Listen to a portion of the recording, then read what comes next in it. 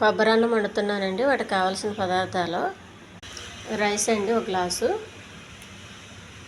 కొబ్బరి, నూనె, ఉప్పు, పసుపు, పచ్చిమిర్చి,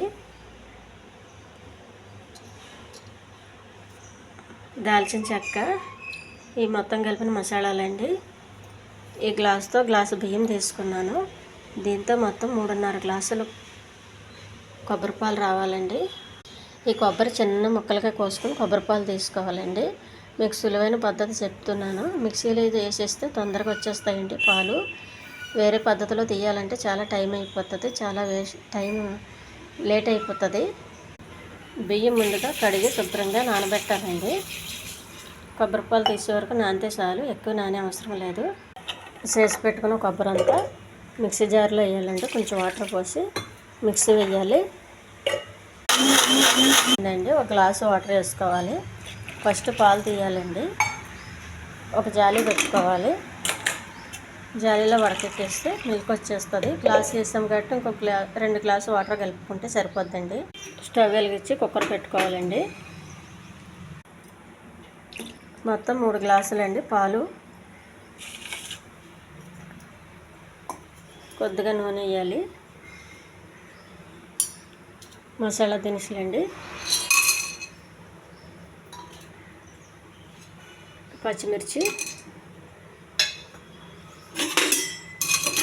బాగా వేగించాలి. బాగా ఎగినేయండి. ఈ కొబ్బరి పాలు ఇందులో వేసేయాలి.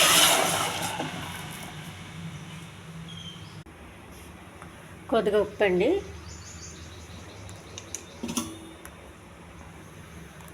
కొంచెం పసుపు, కడిగి పెట్టుకున్న రైస్ ఉంది కదండి, అది వేసేయాలి.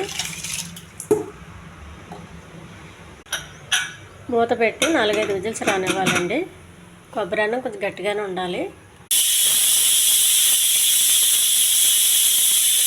వేడివేడి కొబ్బరి అన్నం రెడీ అయిపోయిందండి. ఈ అన్నానికి చికెన్ కుర్మా చాలా బాగుంటుందండి. ఆలుగడ్డ కర్రీ కూడా చాలా బాగుంటుంది. ఈ ఛానల్ నచ్చితే సబ్స్క్రైబ్ చేయండి, షేర్ చేయండి, లైక్ చేయండి, కామెంట్ చేయండి. చాలా హెల్తీ ఫుడ్ అండి ఇది. మనకు చాలా తొందరగా కూడా అవుతుందండి. చాలా టేస్టీ కర్రీ, టేస్టీ రైస్ అండి, సారీ.